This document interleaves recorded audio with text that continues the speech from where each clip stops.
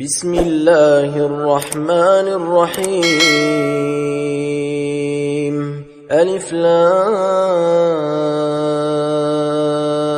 را كتاب أحكمت آياته ثم فصلت من لدن حكيم خبير ألا تعبدوا إلا الله إنني لكم منه نذير وبشير وأن استغفروا ربكم ثم توبوا إليه يمتعكم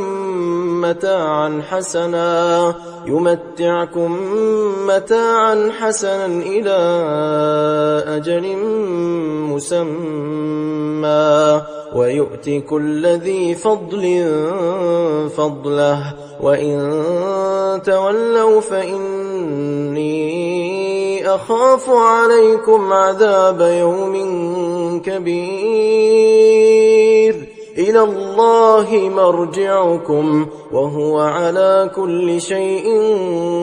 قدير ألا إنهم يثنون صدورهم ليستخفوا منه ألا حين يستغشون ثيابهم يعلم ما يسرون وما يعلنون إنه عليم بذات الصدور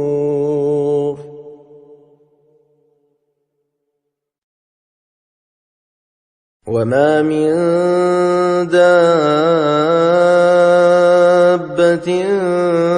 في الأرض إلا على الله رزقها ويعلم مستقرها ومستودعها كل في كتاب مبين وهو الذي خلق السماوات والأرض في 6 أيام وكان عرشه على الماء ليبلوكم أيكم أحسن عملا ولئن قلت إنكم مبعوثون من بعد الموت ليقولن الذين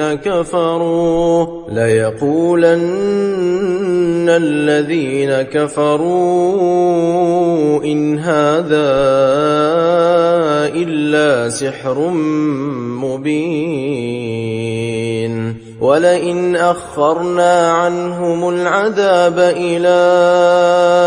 أمة معدودة ليقولن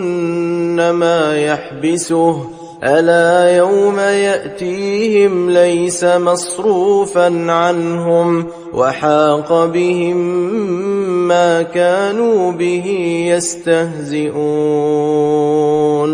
ولئن أذقنا الإنسان منا رحمة ثم نزعناها منه إنه ليئوس كفور ولئن أذقناه نعماء بعد ضراء مسته ليقولن ذهب السيئات عني إنه لفرح فخور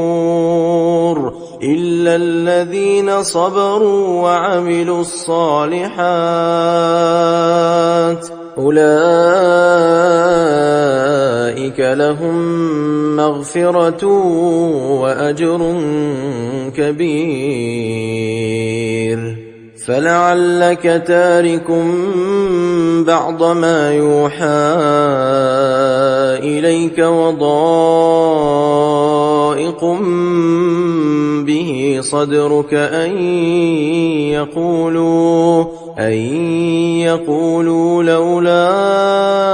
أنزل عليه كنز أو جاء يوم لك إنما أنت نذير والله على كل شيء وكيل أم يقولون افتراه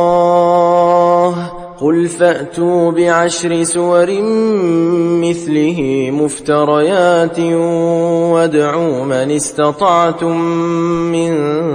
دون الله إن كنتم صادقين فإن لم يستجيبوا لكم فاعلموا أنما أنزل بعلم الله وأن لا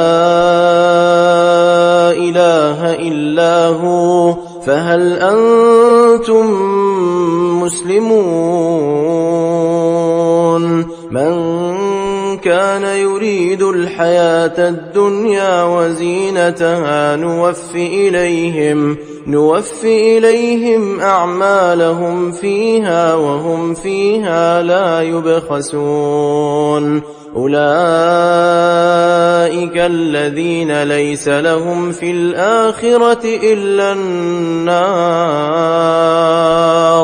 وحبط ما صنعوا فيها وباطل ما كانوا يعملون أفمن كان على بينة من ربه ويتلوه شاهد منه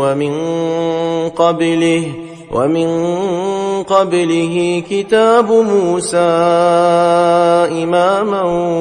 ورحمة أولئك يؤمنون به ومن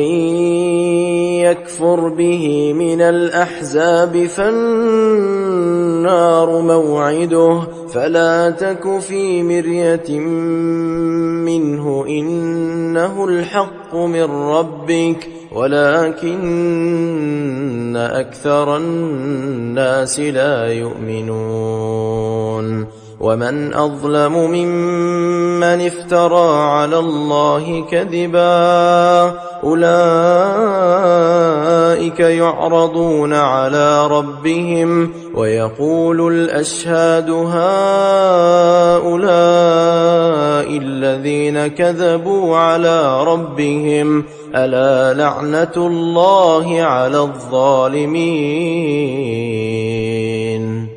الذين يصدون عن سبيل الله ويبغونها عوجا وهم بالآخرة هم كافرون أولئك لم يكونوا معجزين في الأرض وما كان لهم من دون الله من أولياء يضاعف لهم العذاب ما كانوا يستطيعون السمع وما كانوا يبصرون أولئك الذين خسروا أنفسهم وضل عنهم ما كانوا يفترون لا جرم أنهم في الآخرة هم الأخسرون إن الذين آمنوا وعملوا الصالحات وأخبتوا إلى ربهم أولئك أصحاب الجنة هم فيها خالدون مثل الفريقين كالأعمى والأصم والبصير والسميع هل يستويان مثلا أفلا تذكرون ولقد أرسلنا نوحا إلى قومه إني لكم نذير مبين ألا تعبدوا إلا الله إني أخاف عليكم عذاب يوم أليم فقال الملأ الذين كفروا من قومه ما نراك إلا بشرا مثلنا وما نراك اتبعك إلا الذين هم أراذلنا بادي الرأي وما نرى لكم علينا من فضل بل نظنكم كاذبين قال يا قوم أرأيتم إن كنت على بينة من ربي وآتاني رحمة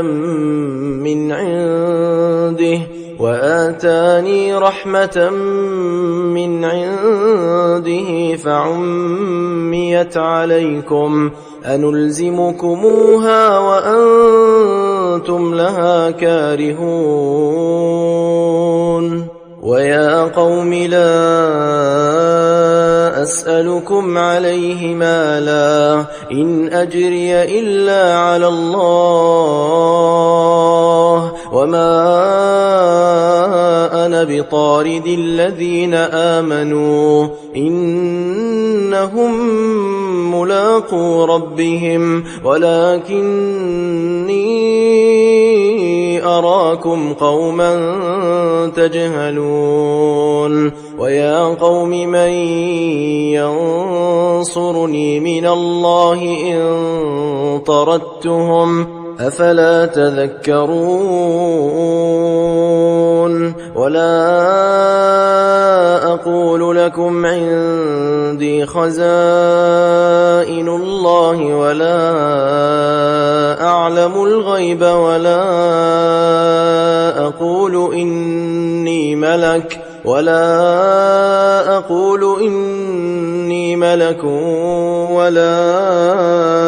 أقول للذين تزدري أعينكم لن يؤتيهم الله خيرا الله أعلم بما في أنفسهم إني إذا لمن الظالمين قالوا يا نوح قد جادلتنا فأكثرت جدالنا فأتنا بما تعدنا إن كنت من الصادقين قال إنما يأتيكم به الله إن شاء وما أنتم بمعجزين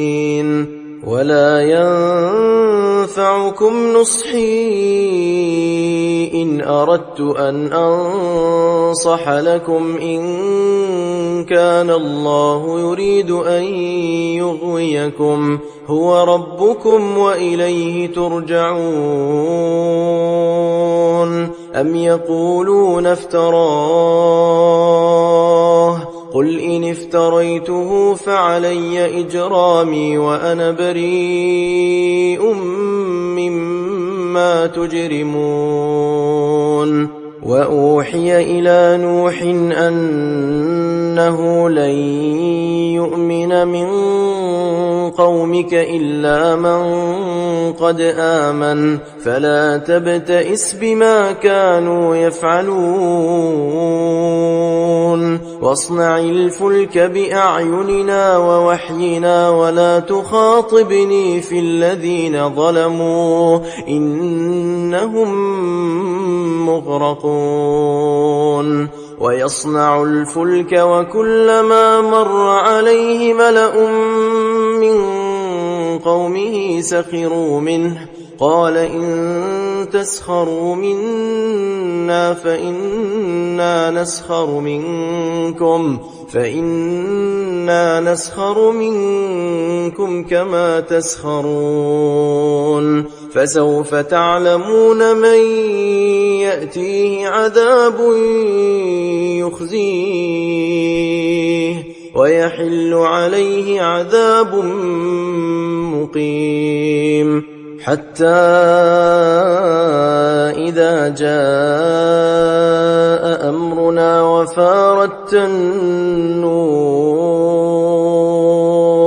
قل نحمل فيها من كل زوجين اثنين وأهلك إلا من سبق عليه القول ومن آمن وما آمن معه إلا قليل وقال اركبوا فيها بسم الله مجريها ومرساها إن ربي لغفور رحيم وهي تجري بهم في موج كالجبال ونادى نوح ابنه وكان في معزل يا بني اركب معنا ولا تكن مع الكافرين قال سآوي إلى جبل يعصمني من الماء قال لا عاصم اليوم من أمر الله إلا من رحم وحال بينهما الموج فكان من المغرقين وقيل يا أرض ابلعي ماءك ويا سماء أقلعي وغيض الماء وقضي الأمر واستوت على الجودي وقيل بعدا للقوم الظالمين ونادى نوح ربه فقال رب إن ابني من أهلي وإن وعدك الحق وأنت أحكم الحاكمين قال يا نوح إنه ليس من أهلك إنه عمل غير صالح فلا تسألني ما ليس لك به علم إني أعظك أن تكون من الجاهلين قال رب إني أعوذ بك أن أسألك ما ليس لي به علم وإلا تغفر لي وترحمني أكن من الخاسرين قيل يا نوح اهبط بسلام منا وبركات عليك وعلى ممن معك وأمم سنمتعهم ثم يمسهم منا عذاب أليم تلك من أنباء الغيب نوحيها إليك ما كنت تعلمها أنت ولا قومك من قبل هذا فاصبر إن العاقبة للمتقين وإلى عاد أخاهم هودا قال يا قوم اعبدوا الله ما لكم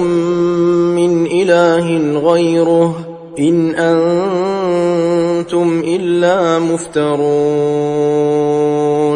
يا قوم لا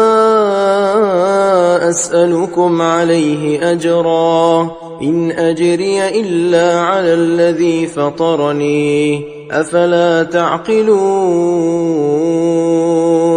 ويا قوم استغفروا ربكم ثم توبوا إليه يرسل السماء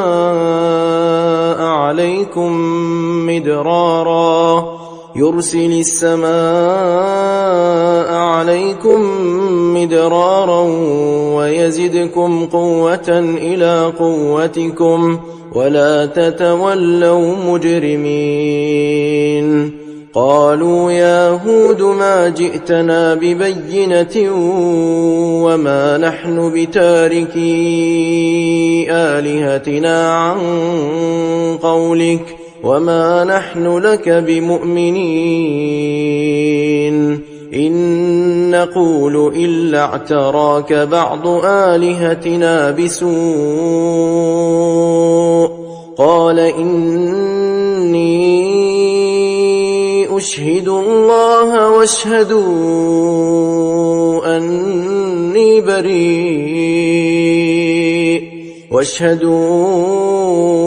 أني بريء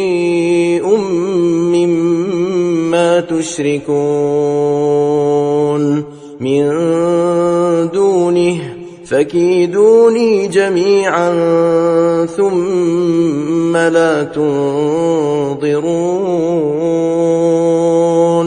إني توكلت على الله ربي وربكم ما من دابة إلا هو آخذ بناصيتها إن ربي على صراط مستقيم فإن تولوا فقد أبلغتكم ما أرسلت به إليكم ويستخلف ربي قوما غيركم ولا تضرونه شيئا إن ربي على كل شيء حفيظ ولما جاء أمرنا نجينا هودا والذين آمنوا معه برحمة منا ونجيناهم من عذاب غليظ وتلك عاد جحدوا بآيات ربهم وعصوا رسله واتبعوا أمر كل جبار عنيد وأتبعوا في هذه الدنيا لعنة ويوم القيامة ألا إن عادا كفروا ربهم ألا بعدا لعاد قوم هود وإلى ثمود أخاهم صالحا قال يا قوم اعبدوا الله ما لكم من إله غيره هو أنشأكم من الأرض واستعمركم فيها فاستغفروه ثم توبوا إليه إن ربي قريب مجيب قالوا يا صالح قد كنت فينا مرجوا قبل هذا أتنهانا أن نعبد ما يعبد آباؤنا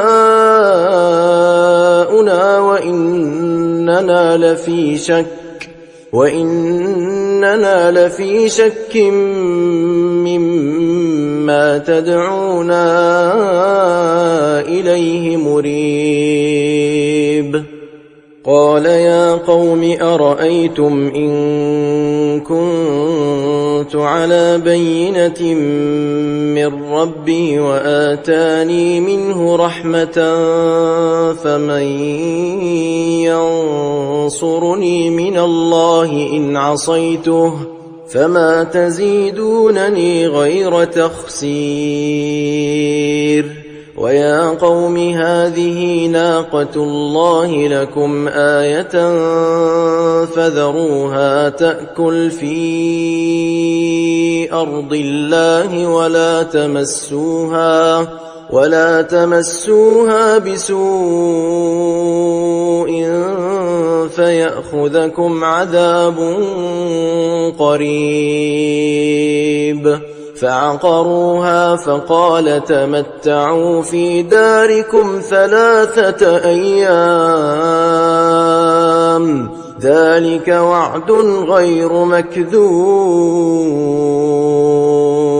فلما جاء أمرنا نجينا صالحا والذين آمنوا معه برحمة منا ومن خزي يومئذ إن ربك هو القوي العزيز وأخذ الذين ظلموا الصيحة فأصبحوا في ديارهم جاثمين كأن لم يغنوا فيها ألا إن ثمود كفروا ربهم ألا بعدا لثمود ولقد جاءت رسلنا إبراهيم بالبشرى قالوا سلاما قال سلام فما لبث أن جاء بعجل حنيذ فلما رأى أيديهم لا تصل إليه نكرهم وأوجس منهم خيفة قالوا لا تخف إنا أرسلنا إلى قوم لوط وامرأته قائمة فضحكت فبشرناها بإسحاق ومن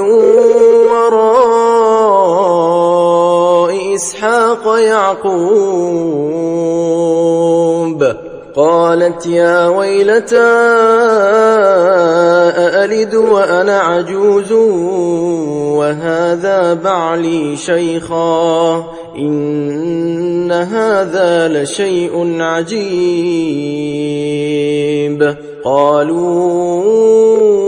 أتعجبين من أمر الله رحمة الله وبركاته عليكم أهل البيت إنه حميد مجيد فلما ذهب عن إبراهيم الروع وجاءته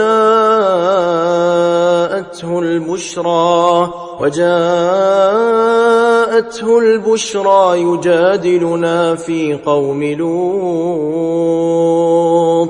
إن إبراهيم لحليم أواه منيب يا إبراهيم أعرض عن هذا إنه قد جاء أمر ربك وإنهم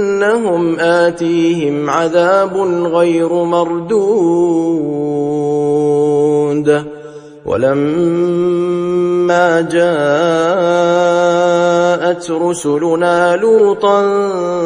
سيء بهم وضاق بهم ذرعا وقال هذا يوم عصيب وجاءه قومه يهرعون إليه ومن قبل كانوا يعملون السيئات قال يا قوم هؤلاء بناتي هن أطهر لكم فاتقوا الله ولا تخزون في ضيفي أليس منكم رجل رشيد قالوا لقد علمت ما لنا في بناتك من حق وإنك لتعلم ما نريد قال لو أن لي بكم قوة أو آوي إلى ركن شديد قالوا يا لوط إنا رسل ربك لن يصلوا إليك فأسر بأهلك بقطع من الليل ولا يلتفت منكم أحد إلا امرأتك إنه مصيبها ما أصابهم إن موعدهم الصبح أليس الصبح بقريب فلما جاء أمرنا جعلنا عاليها سافلها وأمطرنا عليها حجارة من سجيل منضود مسومة عند ربك وما هي من الظالمين ببعيد وإلى مدين أخاهم شعيبا قال يا قوم اعبدوا الله ما لكم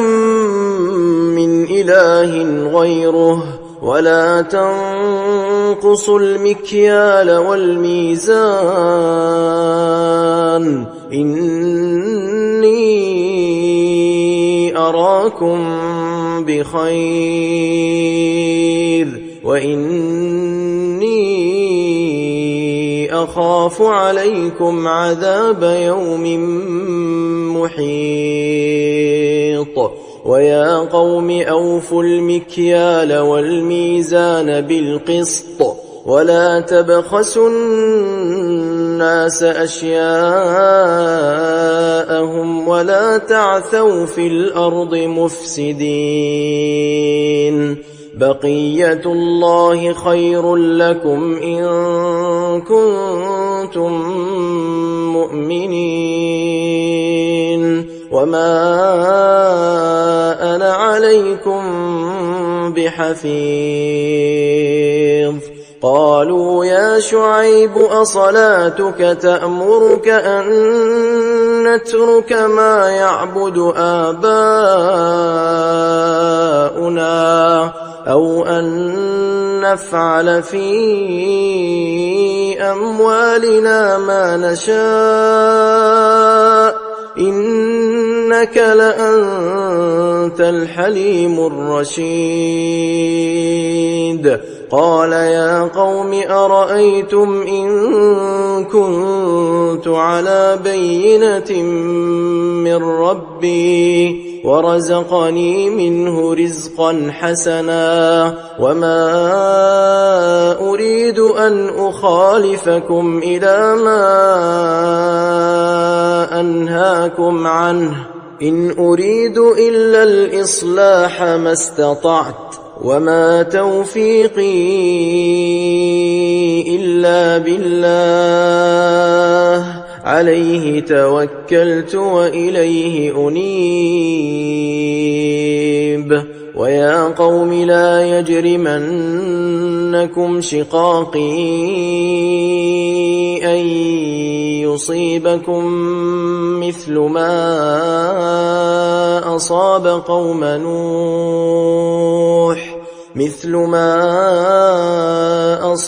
قوم نوح أو قوم هود أو قوم صالح وما قوم لوط منكم ببعيد واستغفروا ربكم ثم توبوا إليه إن ربي رحيم ودود قالوا يا شعيب ما نفقه كثيرا مما تقول وإنا لنراك فينا ضعيفا ولولا رهطك لرجمناك وما أنت علينا بعزيز قال يا قوم أرهطي أعز عليكم من الله واتخذتموه وراءكم ظهريا إن إن ربي بما تعملون محيط ويا قوم اعملوا على مكانتكم إني عامل سوف تعلمون من يأتيه عذاب يخزيه ومن هو كاذب وارتقبوا إني معكم رقيب ولما جاء أمرنا نجينا شعيبا والذين آمنوا معه برحمة منا وأخذت الذين ظلموا الصيحة فأصبحوا في ديارهم جاثمين كأن لم يغنوا فيها ألا بعدا لمدين كما بعدت ثمود ولقد أرسلنا موسى بآياتنا وسلطان مبين إلى فرعون وملئه فاتبعوا أمر فرعون وما أمر فرعون برشيد يقدم قومه يوم القيامة فأوردهم النار وبئس الورد المورود وأتبعوا في هذه لعنة ويوم القيامة بئس الرفد المرفود ذلك من أنباء القرى نقصه عليك منها قائم وحصيد وما ظلمناهم ولكن ظلموا أنفسهم فما أغنت عنهم آلهتهم التي يدعون من دون الله من شيء لما جاء أمر ربك وما زادوهم غير تتبيب وكذلك أخذ ربك إذا أخذ القرى وهي ظالمة إن أخذه أليم شديد إن في ذلك لآية لمن خاف عذاب الآخرة ذلك يوم مجموع له الناس وذلك يوم مشهود وما نؤخره إلا لأجل معدود يوم يأتي لا تكلم نفس إلا بإذنه فمنهم شقي وسعيد فأما الذين شقوا ففي النار لهم فيها زفير وشهيق خالدين فيها ما دامت السماوات والأرض إلا ما شاء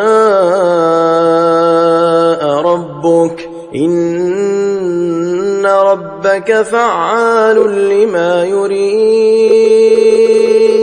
وأما الذين سعدوا ففي الجنة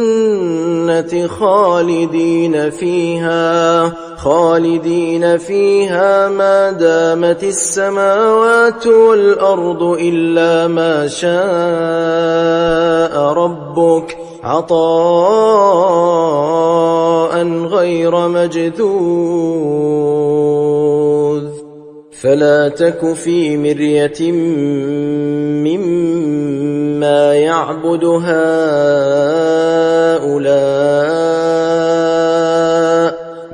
يعبدون إلا كما يعبد آباؤهم من قبل وإنا لموفوهم نصيبهم غير منقوص ولقد آتينا موسى الكتاب فاختلف فيه ولولا كلمة سبقت من ربك لقضي بينهم وإنهم لفي شك منه مريب وإن كلا لما ليوفينهم ربك أعمالهم إنه بما يعملون خبير فاستقم كما أمرت ومن تاب معك ولا تطغوا إنه بما تعملون بصير ولا تركنوا إلى الذين ظلموا فتمسكم النار وما لكم من دون الله من أولياء ثم لا تنصرون وأقم الصلاة طرفي النهار وزلفا من الليل إن الحسنات يذهبن السيئات ذلك ذكرى للذاكرين واصبر فإن الله لا يضيع أجر المحسنين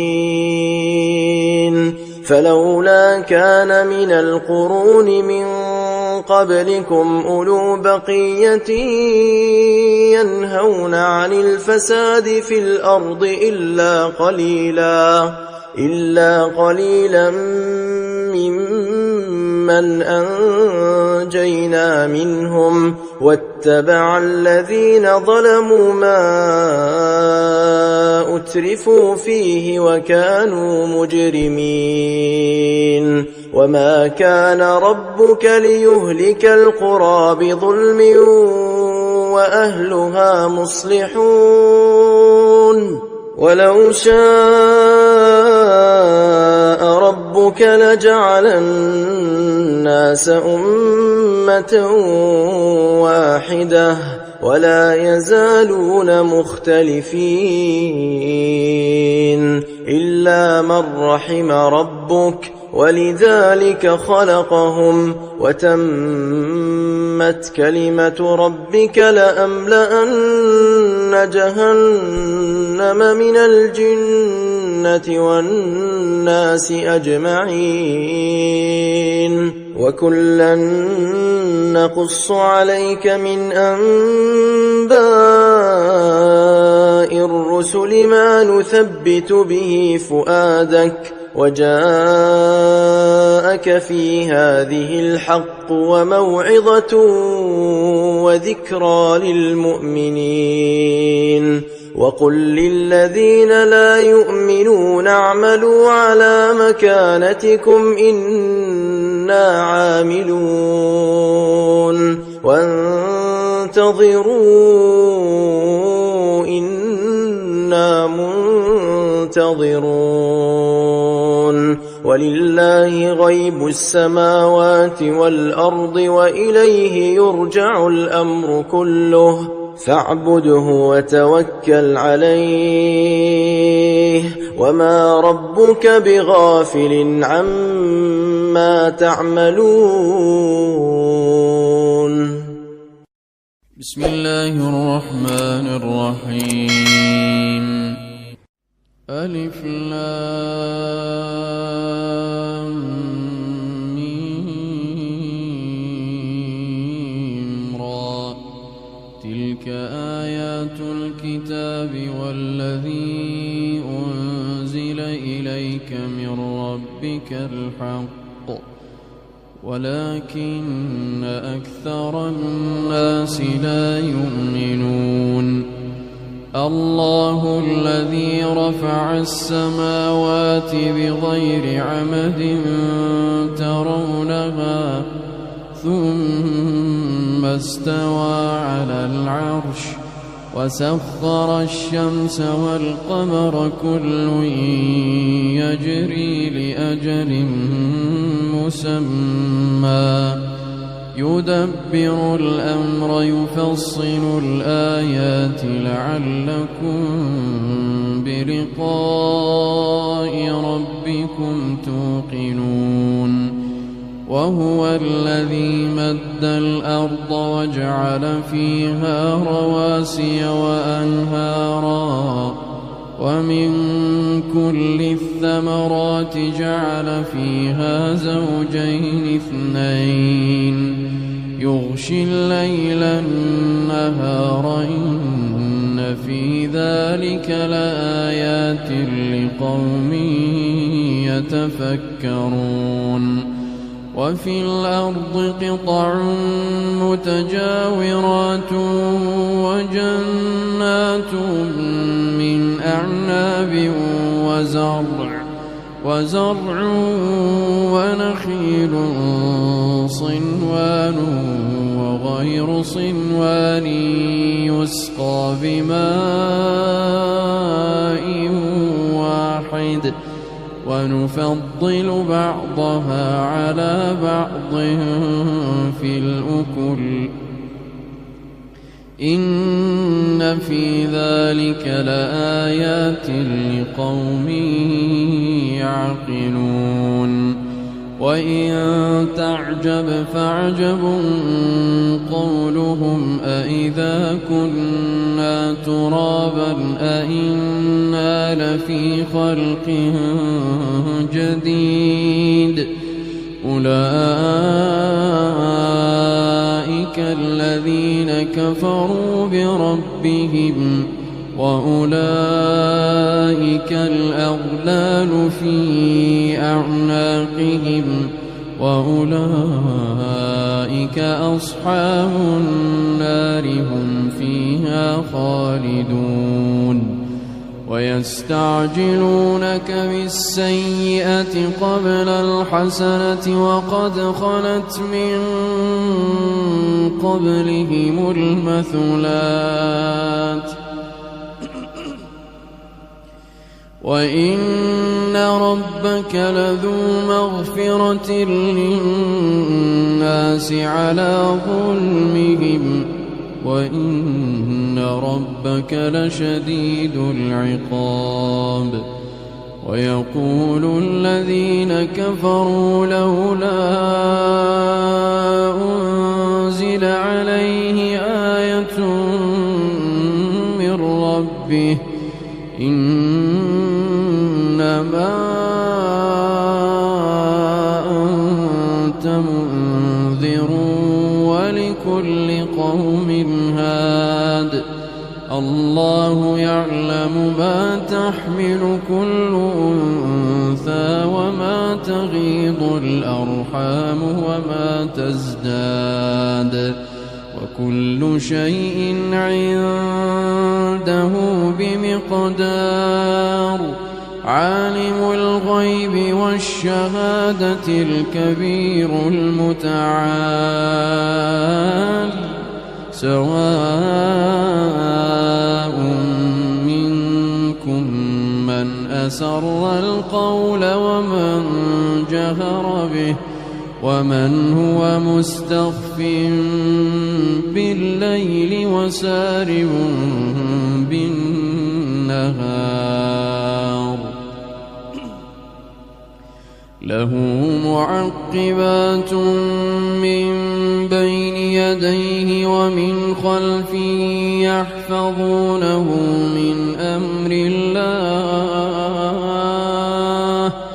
إن الله لا يغير ما بقوم حتى يغيروا ما بأنفسهم وإذا أراد الله بقوم له وما لهم من دونه من وال هو الذي يريكم البرق خوفا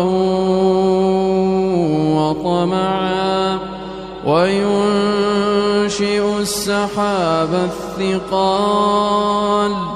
ويسبح الرعد بحمده والملائكة من خيفته ويرسل الصواعق فيصيب بها من يشاء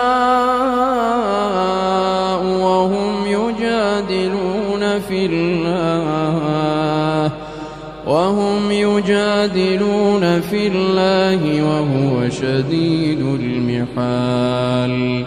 له دعوة الحق والذين يدعون من دونه لا يستجيبون لهم بشيء والذين يدعون من دونه لا يستجيبون لهم بشيء إلا كباسط كفيه إلى الماء ليبلغ فاه وما هو ببالغه وما دعاء الكافرين إلا في ضلال ولله يسجد من في السماوات والأرض طوعا وكرها ولله يسجد من في السماوات والأرض طوعا وكرها وظلالهم بالغدو والآصال.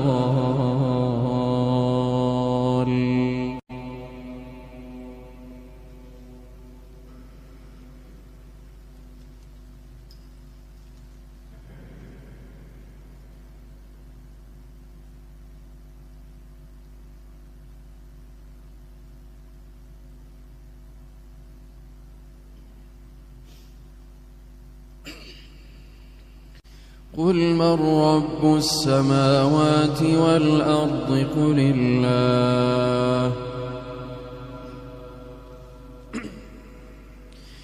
قل أفاتخذتم من دونه أولياء لا يملكون لأنفسهم نفعا ولا ضرا قل هل يستوي الأعمى والبصير أم هل تستوي الظلمات والنور أم جعلوا لله شركاء خلقوا كخلقه فتشابه الخلق عليهم قل الله خالق كل شيء وهو الواحد القهار أنزل من السماء ماء فسالت أودية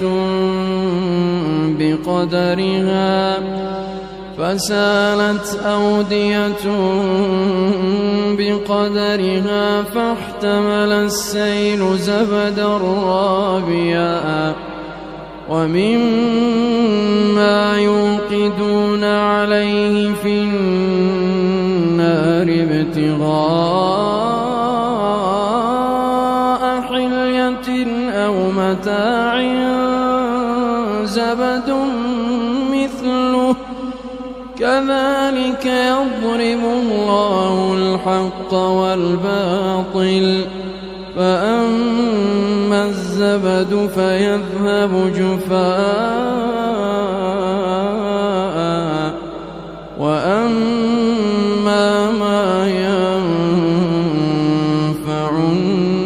الناس فيمكث في الأرض كذلك يضرب الله الأمثال للذين استجابوا لربهم الحسنى والذين لم يستجيبوا له لو أن لهم ما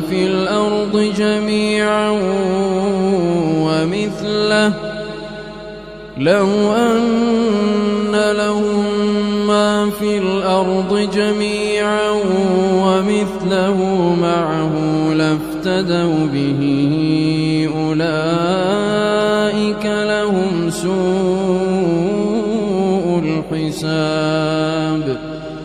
ومأواهم جهنم وبئس المهاد أفمن يعلم أنما أنزل إليك من ربك الحق كمن هو أعمى إنما يتذكر أولو الألباب الذين يوفون بعهد الله ولا ينقضون الميثاق والذين يصلون ما أمر الله به أن يوصل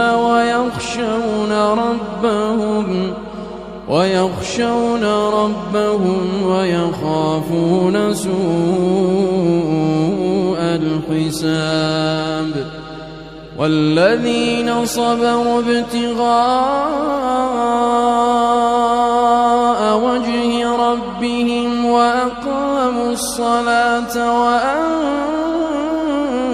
وأنفقوا مما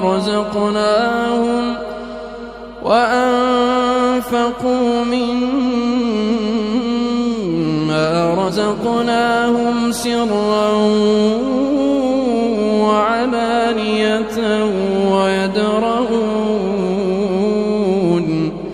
ويدرؤون بالحسنة السيئة أولئك لهم عقبى الدار جنات عدن يدخلونها ومن صلح من آبائهم وأزواجهم وذرياتهم والملائكة يدخلون عليهم من كل باب سلام عليكم بما صبرتم فنعم عقبى الدار والذين ينقضون عهد الله من بعد ميثاقه ويقطعون ما أمر الله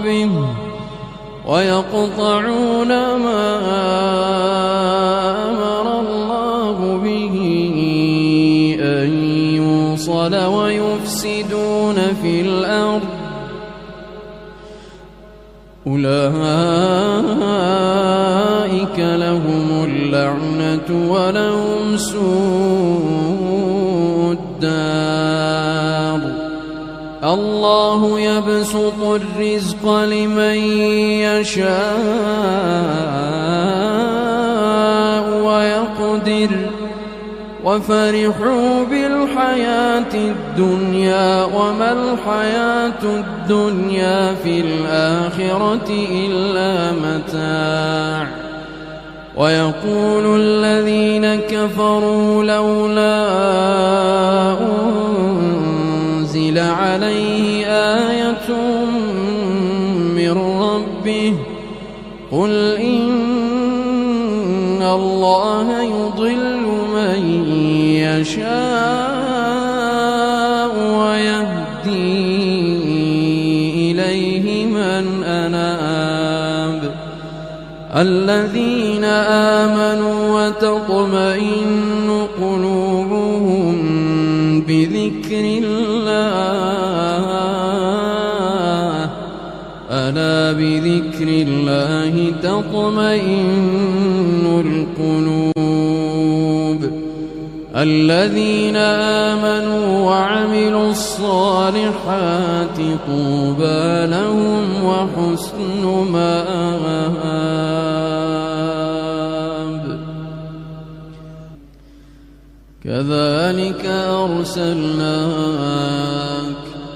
كذلك أرسلناك في أمة قد خلت من قبلها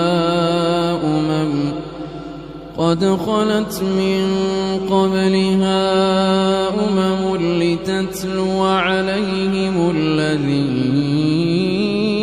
أوحينا إليك وهم يكفرون بالرحمن قل هو ربي لا إله إلا هو عليه توكلت وإليه متاب ولو أن قرآنا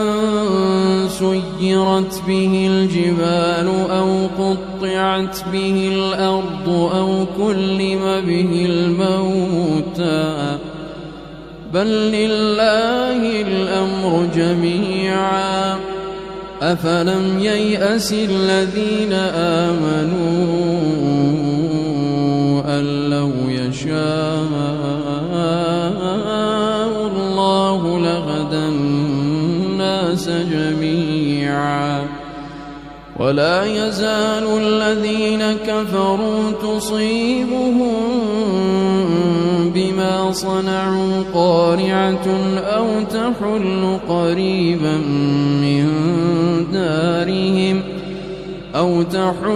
قريبا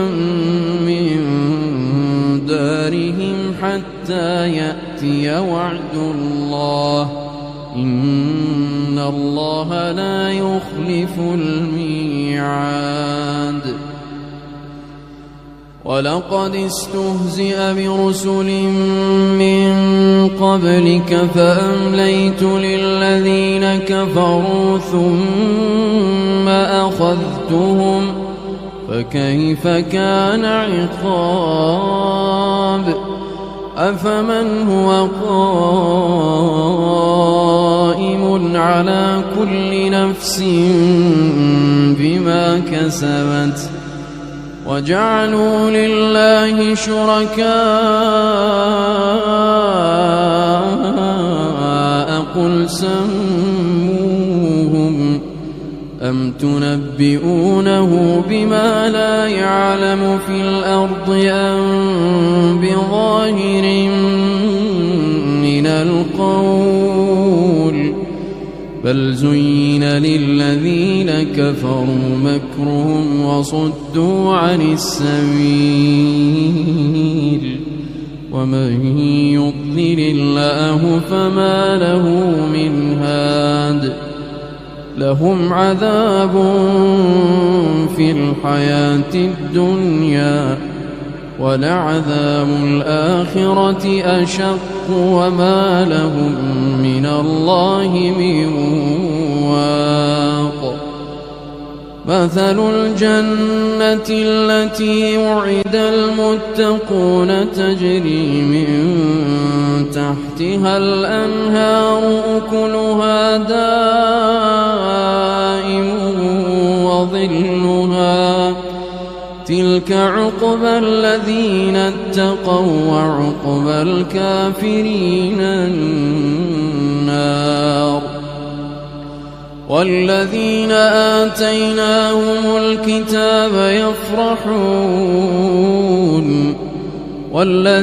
آتيناهم الكتاب يفرحون بما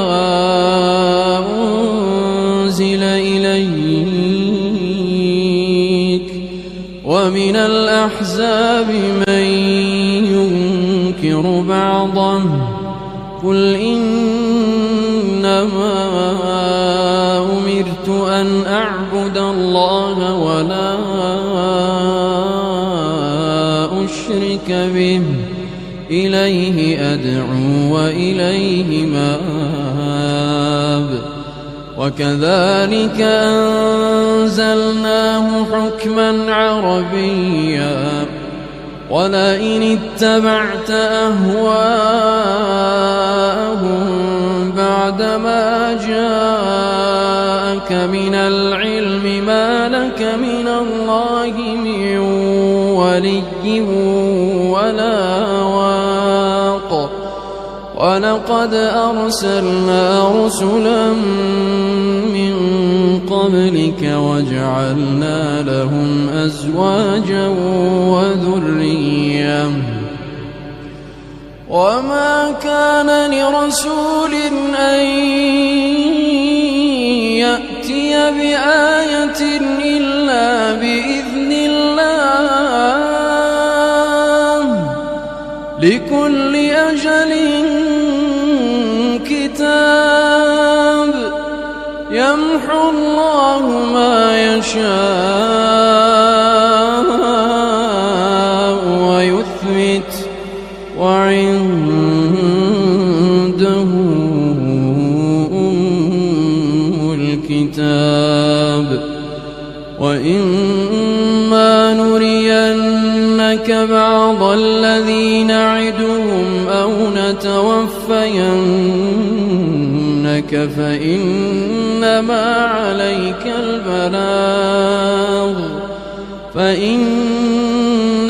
عليك البلاغ وعلينا الحساب أولم